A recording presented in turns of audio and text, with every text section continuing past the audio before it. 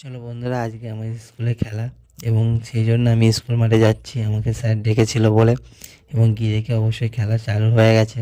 এবং আমি এক পাশে সাইকেল রেখে মাঠের দিকে নেমে পড়লাম। নেমে পড়লে দেখলাম একটি বাচ্চা মেয়ে সবাইকে জিভ দিয়ে ভাঙাচ্ছে এবং একা একাই নাচতে শুরু করে দিয়েছে।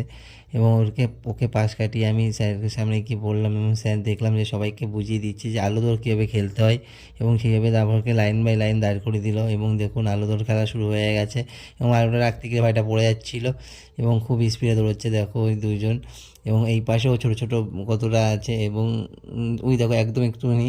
এবং এবার রেখে ওরা দৌড়তে লাগলো। এবার আমাদের স্কুলে হাই জাম্প শুরু হলো, এবং দেখুন ছেলেটা কত সুন্দর হাই জাম্প দিচ্ছে।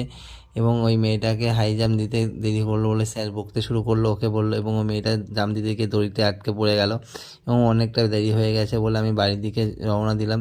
বন্ধুরা, এটা হলো আমাদের স্কুল, দেখে নাও। বাই, আবার